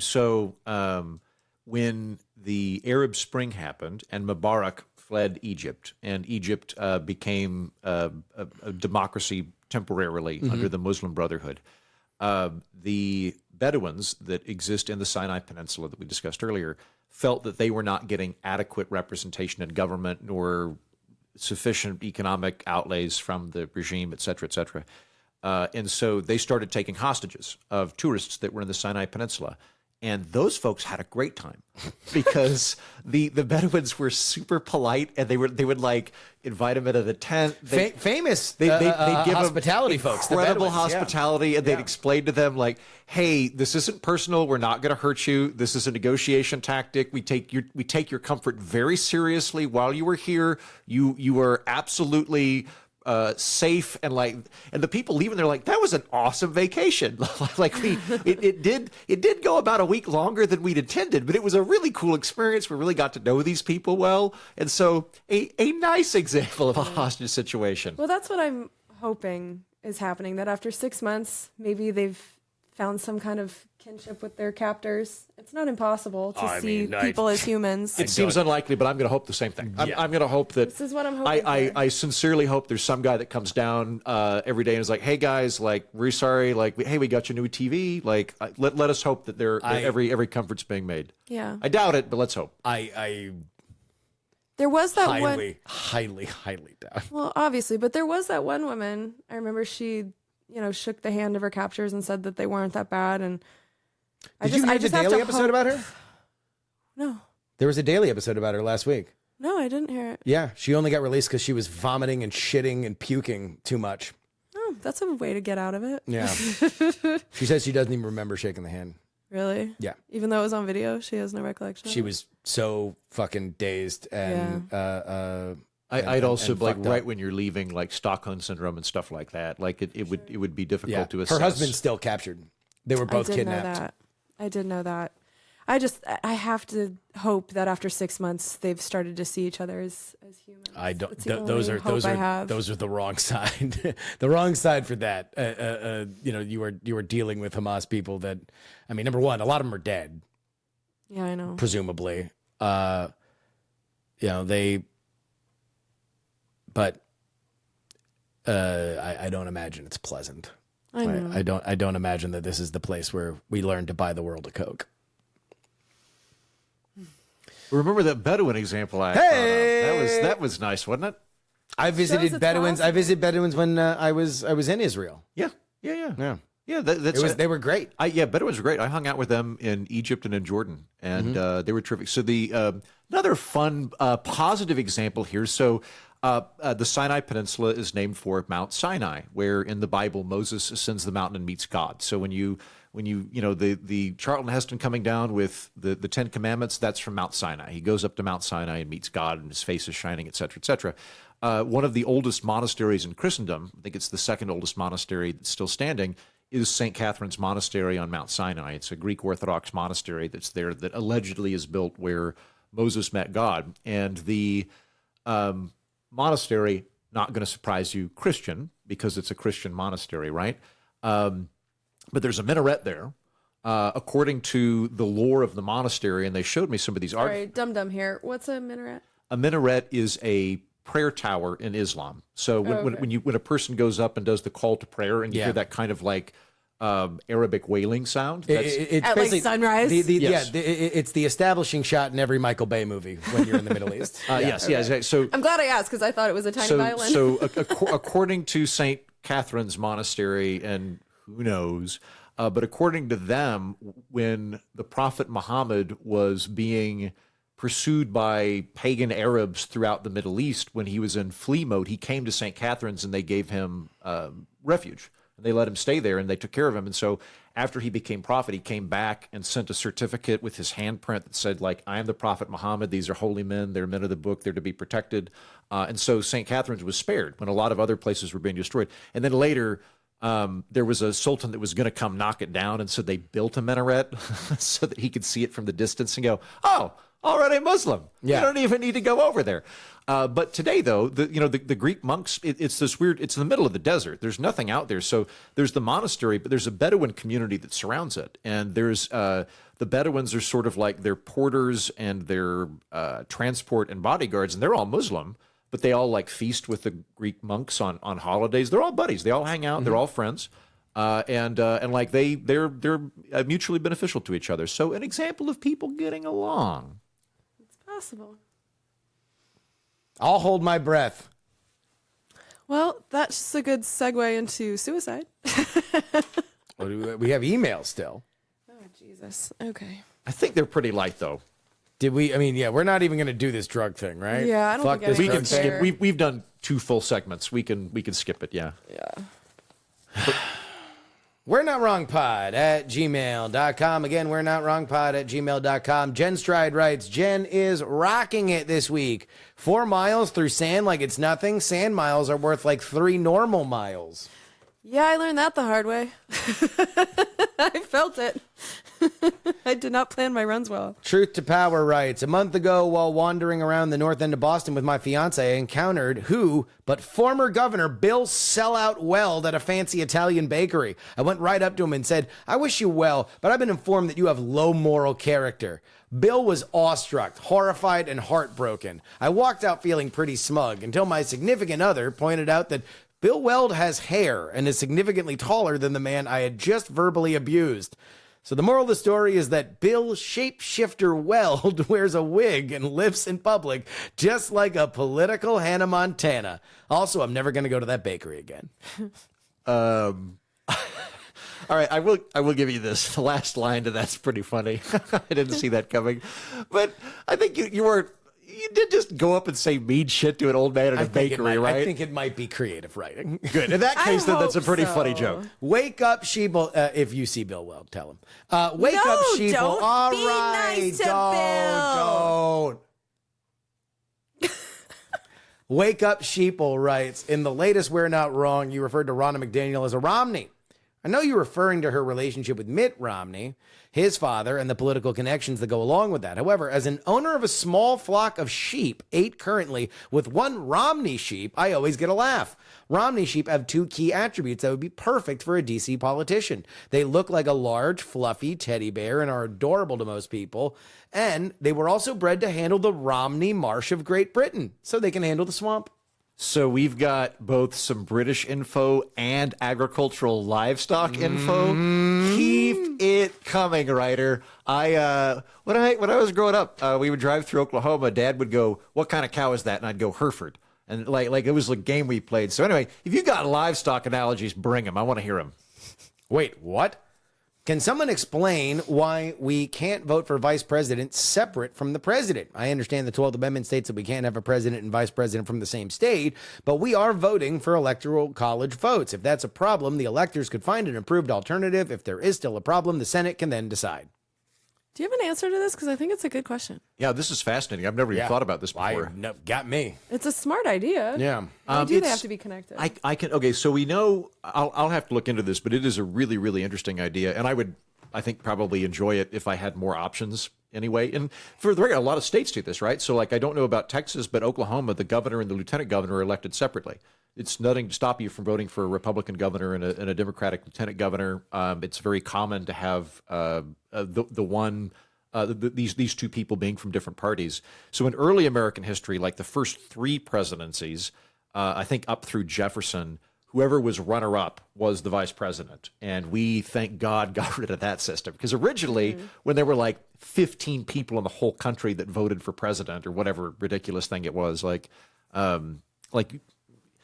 to go back to like 1780 in that period, one of the favorite things I learned last year is that you could just go up to the president's house and let yourself in. People would literally, the government was so small. There were, when John Adams was president, there were so few federal employees they could all fit on one ship. The entire federal government could be on one galleon. So people would literally just like walk into the White House and be like, "Hey, George Washington, how's the country going?" And he eventually established office hours. The first president of the country had office hours twice a week where you could just come in and talk to the president as long as you wore a jacket. That was a rule he insisted on. So in that era, when it was all politics was deeply interpersonal and not in any way mass related. They're not, it's just there's only 50 people in Virginia that can vote for president, and you know all of them personally. At that time, the rule was whoever is runner-up becomes vice president. That's why Aaron Burr, who was vice president, was runner-up to Jefferson. Now, the founding fathers, I think, very sensibly realized, if anybody ever really theoretically didn't like the president, but they liked the vice president. Exactly. That could be a problem. So we switched that. Although you do have an interesting thing in the build-up to the Civil War. I believe it's the last time that the Whig Party ran a concerted effort in the United States. They had different candidates in every state. So, like, the Republicans and the Democrats were all, I might be confusing elections, but Republicans are gravitating around Lincoln. Democrats have, I forget who he ran against at the time, the senator. The Whigs had different ones in every state because their whole goal was to just get enough to kick it to the House because they thought they could win it at the House. So anyway, there might be some mechanism there. I don't know. Larry Bird Stats writes, Larry Bird went to Indiana State, not Indiana. Apologies to the Bird family. Agree to disagree.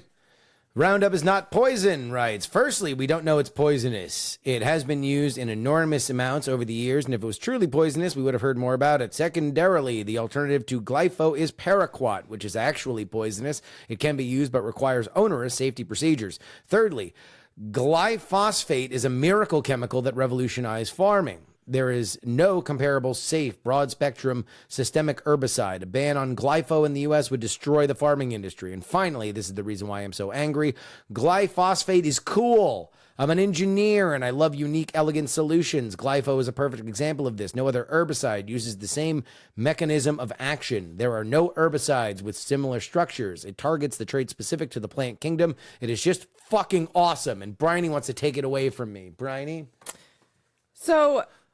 First of all, we do know it's poisonous because it's literally what it is. It's an herbicide, which means it kills plants, it kills weeds. It's a poison that's designed to kill certain things and not others. Yeah. In particular, the Roundup kind is formulated to kill weeds, but not the seeds that are genetically engineered by Monsanto. But the point is that it kills. It's literally a poison. What we may or may not know, I'll say that, is whether or not it's poisonous to us. To humans. Yes. But when you say if it were poisonous to us, we would have heard about it. Well, we have. In fact, there have been thousands of lawsuits all over the world. There's giant class actions in the United States and Germany, and billions of dollars have already been awarded to the victims, specifically people that have gotten non-Hodgkin lymphoma, which is a immune system cancer. And just so you know, because it sounds like you've been around this stuff for quite a bit, the symptoms of that are stomach pain, breathing problems, chest pain, cough, weight loss, night sweats with fevers, and ongoing fatigue. And so if you experience any of that, my dear farmer friend, I hope you go to the doctor, because these are links that people have been awarded millions of dollars for, because they were around Roundup in particular. And these lawsuits credibly allege, to the point of actually winning the lawsuits, that there was a failure to warn people about these dangers. As for banning, I mean, I'm not trying to make your job harder, but the ease of your job is not worth sacrificing the health of everyone who eats vegetables. And so the point that I was trying to make there is, like, that chemical is either safe, which the EPA says that it is right now, or it's not safe. It's not safe. I think it's quite obvious it should be banned. But the EPA saying that it's safe, the problem is that we have regulatory capture. So when they say that it's safe, despite all these lawsuits and all of these studies that have told us that it has this direct link to cancer, that's why I would be more comfortable with someone like a JFK or an RFK, I keep doing that, RFK Jr. as the president, who has promised that he would do something about regulatory capture. Because if it was RFK's EPA that was telling us that this stuff was safe, I'd be more inclined to believe it, because this is something that is important to him, to not have regulatory capture and to have these studies be legit. And so if that EPA were to tell me it's safe, I wouldn't want to ban it. I would, it would be safe and we would keep it. But as it is right now, I don't trust what the EPA is saying, because of the regulatory capture, because of the amount of money that Monsanto pours into campaigns and lobbying Congress. And now Monsanto has been, or at least Roundup has been bought by Bayer, which is an even bigger multinational corporation. So I'm not trying to take something away from you to make your job harder, but again, your job is not more important than the health and safety of literally everyone who eats nutritious vegetables. Two things. One, I don't need Roundup because I have a handgun. And if any weeds grow in my yard, they're going to fucking die. Yeah, bitch. Yeah, I don't need a spray. I'll spray bullets at it. Yeah, That's what bitch I'll is the fucking last do. thing that weeds here. Yeah. Before and I've got good aim. No daisies in Heaton's yard. Second, I am very worried about regulatory capture. That is something that I think is endemic and horrible within our government. I'm curious. Normally, I think of regulatory capture as something happening at the legislative level, not the agency level. When I think of regulatory capture, classic example is a hotel burns down. It's horrible. Everybody agrees it's horrible. This is hypothetical. Nobody sue me. The American Hotel Association, if such a thing exists, will immediately go to Congress and go, "We think this is awful. We're asking you to regulate us. We, the hotel or association, wants you to regulate us. We're begging you, please regulate us. Here are some things we think would be helpful to regulate our industry to stop tragedies like this." And then, lo and behold, it will be the requisite amount of exits and fire escapes will completely correspond to existing Marriott hotel chains and existing Hiltons, and the whole thing is just a ploy to drive out mom and pop businesses. So when I think of regulatory capture, that's what I think about, is the lobbying process going into the legislative end in order for powerful incumbents to use congressional regulation or lawmaking to eliminate rivals. I am less familiar with it on the agency side. How does that work? Since they're not getting elected, they're appointed. There is a lobbying process, but I don't see what the direct thing is. Like, how is it internal within the executive branch? Well, what you're talking about, I think, is the first step towards having what's basically law enforcement capture. Is that you make the laws. Like, I've seen it, especially during the beginning of my show, because I was reading all the bills that passed the House of Representatives, and one of the things that the corporate goons were trying to do was basically rig the studies. And so they would have the executive branch have to make these studies that would basically, like, study only the positive effects of Roundup on human health, so, and then the law enforcement agencies would take these studies, and that's what they would use in order to decide what, how to enforce the laws. But what you're talking about is how those laws are created. Right. Then that moves into the executive agency branch, or the executive agencies, and that determines how they're enforcing the law. So when it comes to the EPA saying there's no, like, this one's just baffles me, where the EPA says that there's no evidence of. Can I give you a great example of, like, the kind of bullshit studies type thing? This might have changed, but as of 6 years ago, when I last looked into this, the only place in the United States that you could get clinical grade marijuana, that is to say marijuana that is of a clinical quality necessary for a peer-reviewed scientific study, not marijuana, but clinical grade marijuana. The only place you could get it in the United States was at a laboratory in Mississippi owned by a division of the federal government explicitly created to show the downsides of marijuana. So in order to get it, you had to go to this explicit agency and explain to them why you were going to prove marijuana was bad, because that was their remit. And if you came in and went, well, I want to show that That's bad meaning bad, not bad meaning good. bad for you. Yeah. Not bad, as the kids say. Yeah. And so this system was very much rigged epistemologically to result. So it still seems to me that all comes downriver from the legislative branch, though. I'm all for circuit breakers within agencies. I like the idea of when a politician comes in, they should have the ability to fire a bunch of people. That way there's not a insulated Soviet apparatchik that's sort of lodged permanently in the government. I like all that. But would the idea just be that if RFK Jr. got elected, he'd fire a bunch of the top, like, undersecretaries, and he could kind of, like, move it based on that? Or, Well, I don't know how we would do it, but one thing that we've discussed so many times on the show is the way that laws have been made, at least since I've been reading them, often says, here's the broad overview of what we want you to do, and all the details are going to be left up to the executive branch. So there is a lot of wiggle room there. There's a lot of leeway in how the enforcement we heard it is in the done. email last week that somebody who works in Right. the green energy sector is like, well, they drew it too broad. They threw it to the EPA. The EPA Right. has no fucking idea what is going Yeah. on. And so now all the lobbyists come in and say, like, oh, well, carve out this and make this. What they really meant with this was this. And so there's the big feeding frenzy. so the idea here then And would be that. RFK, like the reason I like RFK is that he has spent his career as a environmental lawyer in this field. So he's one of the people that can go in and be like, I know your fucking tricks and I can do something about it. Now what that is, I don't know. He knows. But, like, that's why I would trust his EPA more, because he has been on the other side of it, on the consumer safety side of it, for decades. And so I think he would be pretty well positioned to identify how the regulatory capture works in that regard and do something about it. So then the idea would be that presently the makeup of the EPA under the Biden administration and previously under Trump, the people running it are in effect corporate stooges, and he could fire those and replace them with non-corporate stooges. I don't know about fire. Like, I don't know exactly how this happens. I'm not familiar enough with the mechanisms of it. I'm not. This is not an argument. I'm trying to, like, the regulatory capture, is the agency itself been captured? Like, is the EPA okay? Yeah, I don't know the details of that, but I do know when I look into like the glyphosate and I see what the EPA is telling us, that there's no evidence at all that it's unsafe to humans, and yet there's these billions of dollars that have been shelled out to people who have gotten cancer. It's just like, if you aren't finding the evidence, it's because you ain't looking for it. So I think it's important to remember the government is your friend, and it's basically our parent. And it's, just trust the authorities, gang. Trust the authorities. Words writes, big fan of how Heaton pronounces thespian like lesbian. Thespian, yeah. how else are you supposed to pronounce it? I guess you could make it Thespian. a hard P, thespian. Thespian.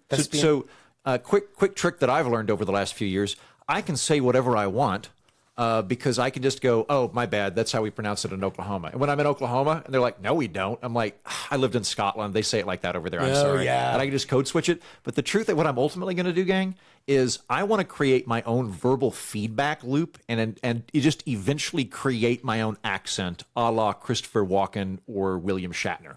Like, when you listen to those two guys, you're not like, oh, William Shatner, clearly Canadian. No, he's fucking William Shatner. Yeah. That is what I'm becoming.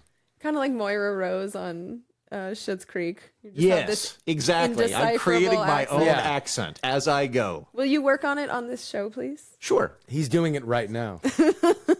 We're Not Wrong is a production of Dog and Pony Show Audio. Our editor is Will Saddleberg. On PX3 this week, we talk about whether or not Joe Biden is making a mistake courting Nikki Haley voters. Heaton. Big episode this week. I have a 7-hour special on Gaza and Israel and the IDF. I have been doing light compared to this episode. Exhaustive research, as I was really talked out, which is why I didn't want to do it.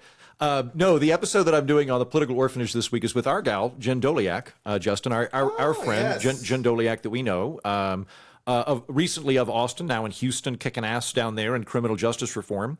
I love talking to Jen Doliak, and I wanted to speak to her specifically about what are things we're wasting money on in terms of making the country safer. So she's in the criminal justice field, but she is a trained economist and former academic economist, which is a language I like. So I wanted to talk to her about, like, what are dumb things we're doing that we could quit doing? What are things that are smart we could be doing? So it's an episode which is fairly apartisan. This is fortunately one of the few things left in the country that doesn't super have a partisan tilt to it at the moment. And so we talk about things like that, about how to lower recidivism. I was also very curious, and I'm not going to spoil it for you here, as to, are things actually getting more violent? I am always kind of... One of the first things I do when there's reports of X is increasing is think to myself, is X actually increasing, or is coverage of X increasing? So is it that cancel culture is increasing on college campuses, or is it that conservative media talks about it more? That's a worthwhile thing to look at and try and figure out.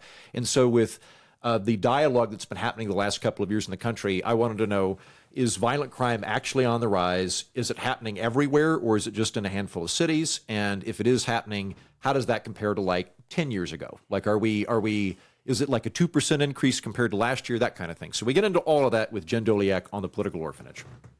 Jen? Cool. So over the course of the last few weeks, they funded the entire government 6 months late for 2024 in 2 massive bills. We're talking thousands of pages. And so I don't have an episode right now. Claire and I are trying to get eyeballs on every page. All of it? Yep, on all of it, and get ourselves organized. We're definitely starting with Israel-Palestine stuff, because there were some pretty hefty changes to laws. And we're not only looking at government funding, we're also going to check out the NDAA as well, so which was also a couple thousand pages. So Congressional Dish, it's still going to be a minute until you get your next episode, but once they get started, they're going to be back to back to back to back. So there's going to be a whole bunch of them, but we just need to get our shit organized. There we go. 'Cause there's a lot. So that's what we're working on. And that'll be it for us. For Jen Briney and Andrew Heaton, I'm Justin Robert Young, and we're not wrong.